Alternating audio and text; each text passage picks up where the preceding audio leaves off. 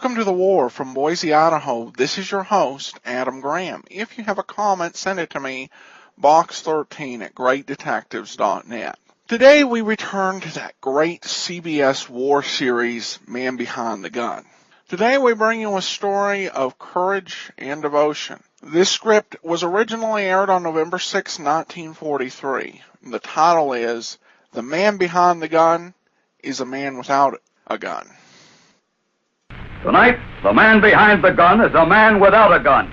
A company aid man somewhere on the road to Rome.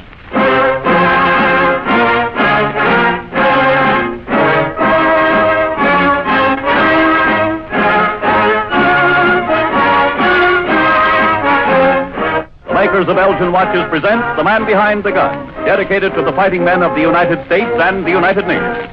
In broadcasting these authentic accounts of men at war, Elgin hopes to bring to all of us a better understanding and deeper appreciation of the job being done by our fighting forces everywhere in the world, and the job we have to do to keep them fighting.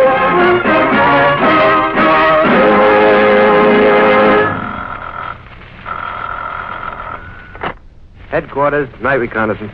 Major Stanley. Right away. See you, sir. Thanks. Night reconnaissance, Major Stanley. Colonel Bailey, Battalion Headquarters. Yes, sir. You're familiar with Operation Plan R? Yes, sir. Very well. Our advance patrol will enter Village 17 at 400 hours. At precisely 403, one of your planes will drop a parachute flare over the village. Yes, sir. What time have you now? Exact time. Why, 209:50. 55. 210. Good. Our watch is synchronized perfectly. Not just the time, but the exact time. Men must have it in this, the fastest war in history. There can be no uncertainty, no guesswork when lives depend upon time and timing. And that is why every branch of our armed services looks to the Elgin Watch Company for many precision instruments vitally necessary to accurate timing. At Elgin are craftsmen of rare skills and the finest laboratories and scientific equipment in the watchmaking world. Yes, and that intangible something sometimes called pride in workmanship, handed down for over 4 generations at Elgin. Today, every facility, every bit of that Elgin skill is devoted to the business of war, the timing of action on all fronts. Service watches, 10-second timers, tank and aviation clocks, special devices for Army, Navy, and aviation use. And those mechanical time fuses for anti-aircraft projectiles, which recently won for Elgin's Plant Number 2, the coveted Army-Navy E Award. And what of the peacetime products of Elgin skill, those superb Lord and Lady Elgin watches? Well, some of them may still be available at your jeweler's, and you should see what Elgin's he has. But if you have to wait a bit for the joy and pride of Elgin ownership, remember that Elgin genius for smart design, the tradition of accuracy are still in daily practice. They will produce even more beautiful, even more precise Elgin watches for you when the victory we are now all working for is won.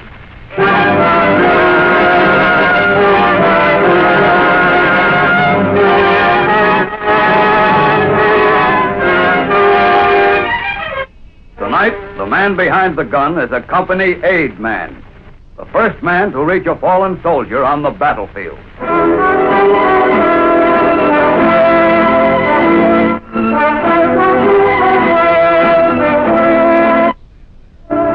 Your name is Jim Peterson. On your tin helmet, you wear that red Geneva cross that all nations agreed to honor, but some don't. It means you're a company aid man. Just that. You don't carry the wounded. You don't drive an ambulance. You're not a doctor or a nurse. You're the guy who goes right into the middle of the shooting with your platoon, armed only with a first aid kit. And you stick right with them no matter where they go or what they do. Like them, you've got to take it. But you can't dish it out. All you've got is bandages, medicine, water, cigarettes, and a trench-side manner. That's why you're the rear man as your platoon walks through the night along this shell-scarred road toward a little Italian village people used to call quaint. What a life. Bill Harrison sounding I've off. done since I got in the Army is walk. I walked at Camp Fremont. I walked Africa. I walked all over Sicily, and now I walk clean to the top of Italy. Oh, what are you beefing about? Keeps you thin. Listen, Florence Nightingale, GI rations do that without no walking thrown in. You should talk. You don't tote one of these machine guns. You got it soft. I got my troubles. Yeah, I know, Florence. Them pills of yours must drag you down. Florence Nightingale, Bill calls you. That's his idea of a gag. To you, it is definitely unfunny. Okay, fall out. Take a break. You flop into the ditch beside the road, your GI shoes weighing a ton apiece. Your butt hardly hits the dirt when the lieutenant barks. None comes. Up front on the double. None comes. That means you, too. So you drag your tired carcass up to the head of the line where Kelly is briefing. Now, boys, our job is this. Cerny is in between is a small village. The colonel wants to know what's there, so we're going to find out. Kelly looks around at the sergeant. Kelly's your platoon leader. He's a lieutenant, but in action he takes off his insignia and he's just Kelly, without bars. The Nazis are looking for officers. We don't occupy unless it's a pushover. Our job is to find out what strength is there. Yeah, like a Catherine Pass. We draw fire. That's right, Bill. Just a bunch of clay pigeons. Well, maybe there's nothing there. We don't know. That chance. What do you want me to do? Wire the colonel and tell him we'd rather not? Check your time. It's 325 hours. We'll advance in 10 minutes. 400 hours we'll be in the village. They're dropping a parachute flare over the place at 403. To light us up like Christmas trees. Cute, huh? Doc, you better take along a lot of pills. There's going to be some sick boys in this platoon. Yeah, I got him. We'll clear out on Whistle and come back here. All right, get back to your squad. So you drag back to the end of the file and throw yourself down at the foot of a tree. 8 minutes to go. Your eyes are closed. Check the supplies in your kit. As your fingers touch them, you name them with your lips. Bandages, Mustn't sleep. iodine, Just relax. tourniquets, sulfathiazole pills, sulfa powders, cigarettes, morphine, pencil, emergency medical tags. I'll bet those mortars are in that orchard over there. That you, Red? Yeah. Just been waiting for them to open up. Why do we start moving? Then you'll know. Doc, if you get a chance, maybe you could talk to Johnny Anderson, huh? Huh? He kind of broke up about Tony McGill's getting up this morning. They were friends, you know. Well, why don't you talk to him, Red? That ain't my business. You're the doc. Funny about Red. And all the time he's been with your outfit, he's kept to himself. It's even funny he mentioned Johnny. Hard as nails, but he handles a Garand like a magician. Maybe if Johnny sort of felt there was another friend. Friends, see? Why not? They ain't gonna that. I don't cry over no one. They can knock off the whole bunch, and it's Jake with me. Nobody's hurting me. Okay, Red. I'll talk to him when we get back from the patrol. But just let me lie here a minute, will you? Right now, I just want a little sleep. Oh, give me just 5 minutes. 5 minutes out of my whole life, and Hey! I was right. They wasn't. I'm coming! Coming! You forget sleep now. Those mortar bursts have shaken you back to life. You work fast in the dark. Boys you laughed with yesterday are sobbing in the mud with pain. In the dark, you fill out the EMTs, the emergency medical tags. Joe French. Private first class. Company D. Gunshot wound. Only you write it in GI shorthand. Alvin Weinstock.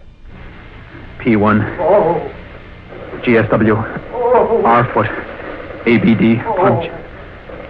Johnny Anderson. P1. You won't have to talk to Johnny now. No one will. Johnny Anderson. K.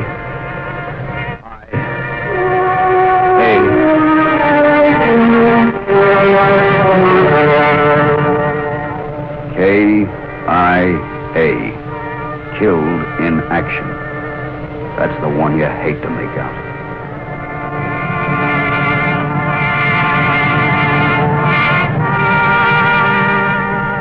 You just get back in line when the signal comes.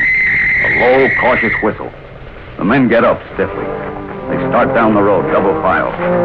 They don't talk now. This is the real stuff. No one thinks about anything except that light that's going to bust at 403 hours. You see the white houses of the village ahead. Fingers touch triggers. They want to hit the dirt. They want to crawl on their bellies up to that village, but they can't. And you can't. You're a clay pigeon, Colonel's orders. It's 359 hours. There's the plane. Men keep going. You jump across door openings. You duck under window ledges. Up in the blackness, a parachute flare is falling. Every man freezes in his place. The flare bursts.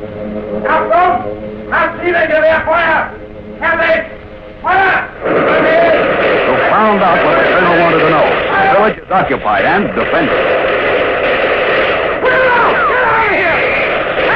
Kelly runs toward you, throws something into the window ahead of you, and falls to the ground. Immediately, the house shakes and chunks of plaster fall on you. Kelly is up and running into the door. 2 men follow him. You follow them. Inside, there's a bitter stink of burnt powder. 2 Jerrys are dead by their machine gun at the window. Any of you guys hurt? I'm okay. Yeah, me too, Kelly. Let's get out of here. Red, see if there's a back way. That street out front there's murder. Here's the door. Take a look. It's okay. All right. Let's go. You see them go out one by one, quickly, crouch double. You start after them. And then you stop. Somebody's hit out front in the street. Kelly said that street was murder. Wouldn't risk his men there. But that doesn't apply to you. Nobody ever tells a medic where he can't go. Fall out to that body, out into the middle of murder. It's brighter now. It's almost dawn. Okay, pal. Where are you headed? You turn the body over. It's not a Yank, it's a Nazi. Just a kid. He's looking up at you with the scaredest eyes you've ever seen. Do not kill me. Do not kill me. I'm not going to kill you. See? Geneva Cross. Here, let me unbutton your blouse. Please, do not kill me. Is that what they tell you we do? Look, Fritzy, I'm not going to kill you. I'm going to help you, see? Geneva Cross. Genfer Kreuz. Let's see your wound. All right. I'm going to pour in some of this. It's sulfur powder. Hold still. Sprinkle the powder onto the shattered chest. The boy's face turns green. You shoot 2 pills into his mouth and give him some water. All right, now. Take a big drink now. Come on. All right. Now, what's your name, bud? Name? Fred. Heinrich. Friedrich. Yeah. Friedrich Hoffman. All right, now, look. I write it on this tag so they'll know who you are. If we pick you up, they send a letter to your folks and tell them you're okay. Friedrich Hoffman. You look up. You're closer than you thought to the building across the street. They're in the door, facing you. One of them holds a submachine gun. You can see it moving from left to right in your direction. You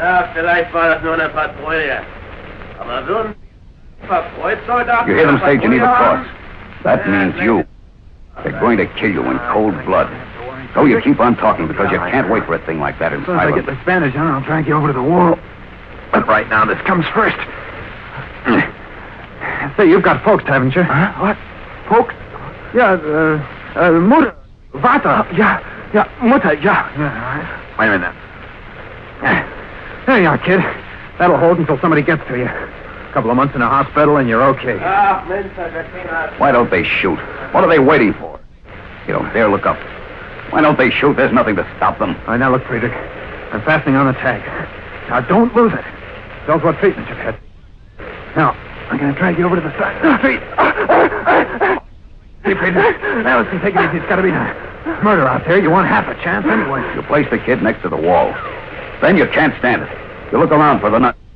You clench your teeth for the bullets that are going to rip into you. But they're gone. The doorway is empty. Either they didn't see you at all, or they saw your Geneva Cross in the growing dawn. You don't stop to puzzle it out. You get away from there as fast as your tired legs will take you. A quarter mile away, you find your platoon, and you throw yourself down in the mud beside them, your racking lungs clawing for breath. Well, Florence Nightingale has returned to the fold. This time you grin. And there's Bill grinning right back at you. Those are the warmest words you've ever heard. Are you okay, Doc? I'm okay, Bill.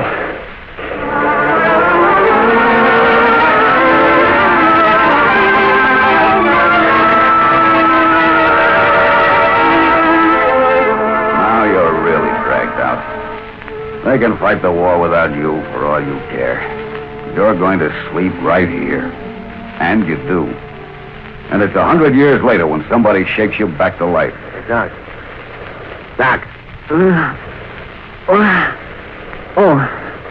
Hi, Red. Good sleep? Yeah, I guess so. Hey, what time is it? Late afternoon. A runner just brought up some stuff for you. Here we are, kid. Hey, aren't we going back? Back. We're moving up. soon as they give us a Red Star show. Well, at least I got some sleep. Here are a couple of plasma cylinders for you. They're kind of heavy. Yeah, you're telling me. You ought to have a St. Bernard dog carry them for you. No, thanks. I read a book once about dogs in wartime. Their masters get killed, and there's no one to remember their names. You ever have a dog? Yeah, once. Yeah. He was run over. I never liked dogs after that. You must have been crazy about him. Yeah, I guess I was. I was just a kid. You know how kids are. They don't have any sense about liking things. They go nuts over something, and when it's gone... Yeah, maybe that's why... Maybe that's why I don't make friends? Yeah, maybe it is. I saw the way it hit Johnny when Tony McGill got it. Nobody's going to hurt me like that. Nobody. I don't even write to no one. No? You got a fountain pen on you. What's that for? Somebody gave it to me at the USO. I never used it yet. I'm never gonna. Hey, there goes the star shell. And it's red. That's us.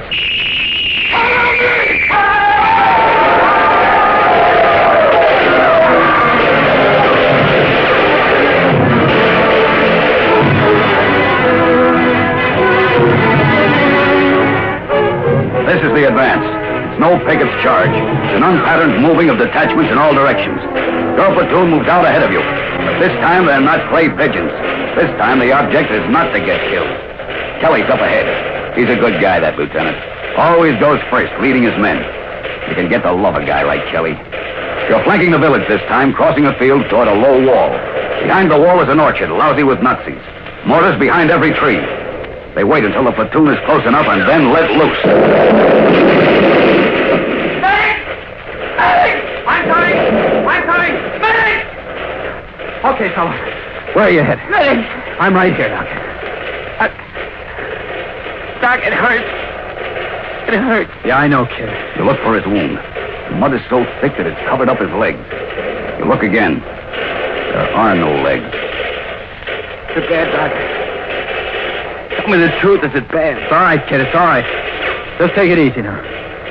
Here's a hypo for you till the stretcher bearers get here. You got a cigarette? Sure. I'm sorry I'm making such a fuss. But it hurts so. You give him a double injection of morphine. And for the last 5 minutes of his life, you give him a butt. It won't last long. Neither will he. So you give him the best smile you've got on hand and move on after your platoon.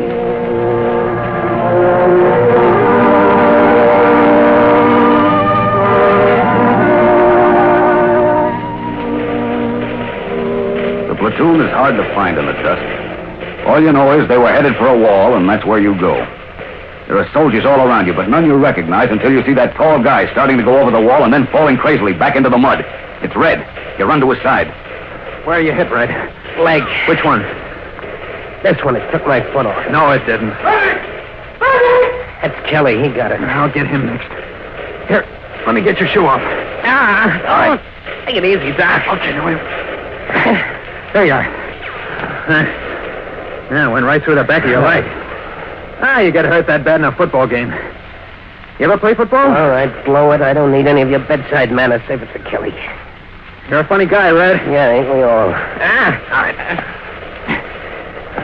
Did you take your sulfur pills? I don't need pills. I can get along all right. You're going to take them or do you want me to ram them down your throat? All right. Give me your sulfur powder. Here. Now listen, don't try to crawl back, Red. They're raking the field. Lie close to the wall. On this side, you're okay. Wait a minute. There, that bandage will hold. Forget about me, will you? No. You crawl through that mud and you won't have a leg. You do as I tell you now. You stay here. I'm coming, Kelly. You slither over the wall and lie at the bottom for a moment. You're on the bad side now, right in the enemy's fire. You locate Kelly. He's crunched in a heap under an olive tree. You start up. Then duck. Machine gun bullets hit the wall over your head. After a moment, you crawl toward Kelly. He's sprawled out like a discarded doll. When you're close to him, you speak into his ear. Where are you hit, Kelly? He's clutching his side. A shell fragment has torn a hole in him, but he's alive. You know he wants water. That kind of a wound dries a man right up. I know. Drink a lot, Kelly. When he's done drinking, you fix him up. It takes a long time. Minutes are like hours when there's hell all around you. His face turns a bad color. You've got to have plasma. Then there might be a chance. But first you've got to get him over the wall and out of the line of fire. Can you crawl, Kelly? Even a little. I'll try. Doc. All right, come on up. I'll drag you. So you both inch along. There's blood in Kelly's mouth, and that's not good. Even so, there's a chance. You're almost to the wall when he shakes his head. Let me rest. Just a minute. Just a minute. You lie beside him while he sinks in the mud.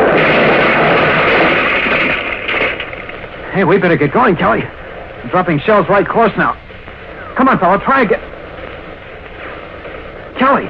But Kelly doesn't move. He just lies heavy and still. You shake him. Then you roll him over. One side of his face is wet with red mud. A chunk of shrapnel is ripped off his jaw. You pull out an EMT and you slowly fill it in. It's difficult to make out the words you're putting down. Joseph Kelly, Second Lieutenant, Company B, K-I-A. Now you've got to leave Kelly like you left Red and Johnny and the kid. You've got to go to your platoon. So you rise to a crouch, ready to spring for a ditch. A ton of brick hits the side of you. You're thrown against the wall. For a moment you feel nothing but surprise, and then like a slow fire, the pain comes. Your leg throbs like someone was beating it with a sledgehammer. Then you remember. It's up to you. Now you've got to take care of yourself.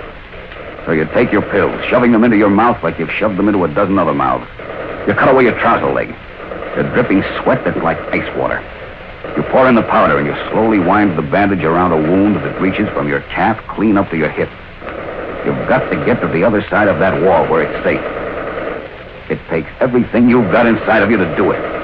Slowly you pull yourself up. You've got to get over that wall. You throw your balance and land on a heap right on the leg. And then you pass out. When you open your eyes, Red's looking down at you. Drink this, Doc. Did you take your pills? Yeah. All right, we're getting out of here. Ain't even safe on this side of the wall now with those shells. Where's the battalion aid station? The village, where we were last night. Hey, you're turning gray. More water. Doc, how do you operate this plasma cup? No, water. Plasma takes a long time. I didn't ask you that. You're getting some right here. Bottles. Take them out of cylinders. Yeah, then what? The bottle in the kit. All right. I got it. Go ahead. Hang up the two bottles so that the powder of that one and the water from the other one run into the empty one. Then attach the syringe tube. Yeah. All right. All set, Doc. Where do I stick it in? Give it to me. I'll jab it into my vein. What do I do after that? Takes a long time. Maybe you ought to get back. I said, what do I do? There's nothing to do but wait till it's all gone. All right. So we wait.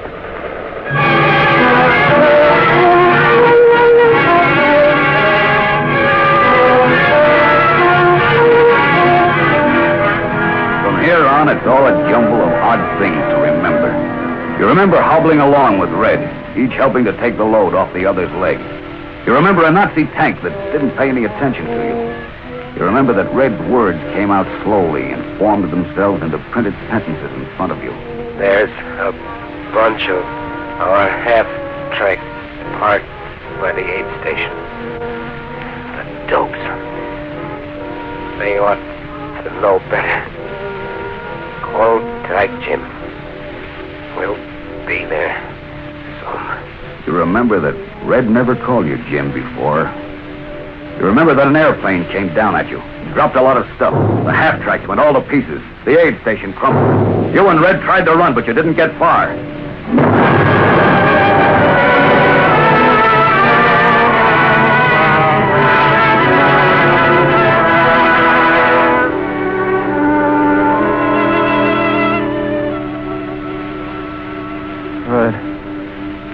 Red, are you all right? Red, where are you? Well, so you've decided to talk, have you? Is he all right? How you feeling, soldier? What? You've been asleep a long time, Peterson. Sleep? Where am I? Base hospital in Africa. Africa. Africa? Base hospital. That means you've got from a battalion aid station to the clearing station farther back. And then on to the evac hospital. And then to the base here. And all the while you were out cold. Excuse me, sir. How long since... 3 weeks. Almost 4 now. Then you remember. Your hand still toward your leg. Here. Now keep your hands where they belong. It's all right, Peterson. You still got your leg. You're lucky. They told me that aid station was blown off the map. And Red was... I wish I could tell you more about it, but, well, that's all I know. If you'll give me his name, I'll try to locate him for you if he's alive. Oh, here's a package that came for you a couple of days ago. You open a small package. A fountain pen rolls out and rolls across the cover of your bed. You open the folded letter and you read... Hiya, Doc. It's me, Red. I'm in one of those parking stations, waiting to go home. Leg's doing fine. Bill's here, too. He says, hello, Florence Nightingale. I was thinking, maybe I was wrong about not wanting a friend. Anyway, here's my pen, in case you don't have one. If you don't want to write me a letter, just toss it in a basket. But if you do write, well, I'd like to hear from you.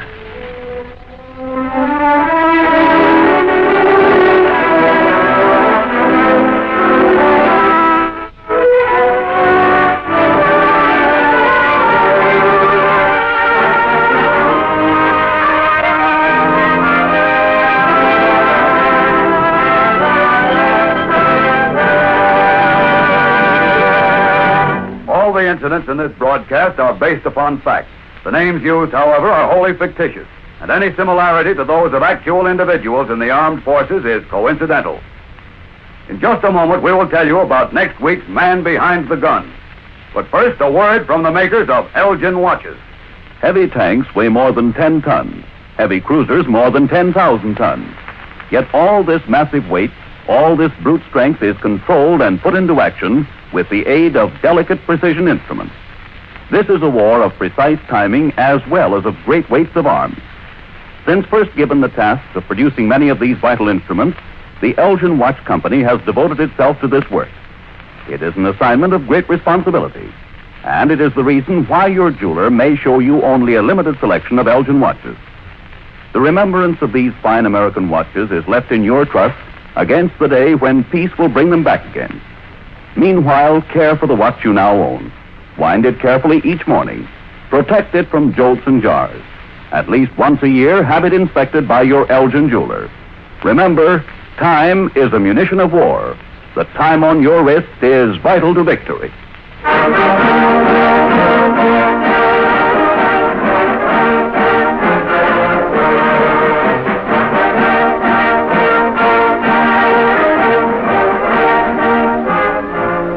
Man Behind the Gun joins a grateful nation in congratulating the United States Marine Corps on its 168th birthday.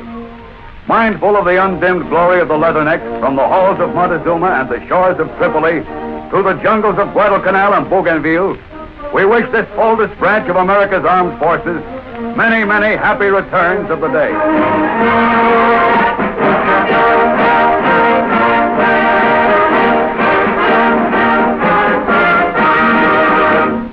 Next week, the man behind the gun is a brass hat at the invasion of Rendova. A brass hat who chalked up a landing record that may not be broken for a long time, and then had his ship shot out from under him. Don't miss it next week at the same time. The Man Behind the Gun is produced and directed by William N. Rosen. Tonight's broadcast was written by Forrest Barr. Jackson Beck is the narrator, and the original musical score is composed and conducted by Van Cleef. The Elgin National Watch Company presents The Man Behind the Gun each week at the same time. Elgin, as you know, is making precision instruments for the armed forces of the United Nations. This is the Columbia Broadcasting System. WBBM Air Theater, Wrigley Building, Chicago. Welcome back. Well, Man Behind the Gun continues to be such a superb series for realistically dealing with what goes on in war, and we will definitely continue to revisit it. That will do it for today. If you have a comment, email me, box13@greatdetectives.net. I welcome your story or that of loved ones who served during World War II. Ken Curlin provides our opening theme music, KenCurlin.com. I am your host, Adam Graham. This series is provided as a service of the Great Detectives of Old Time Radio, greatdetectives.net.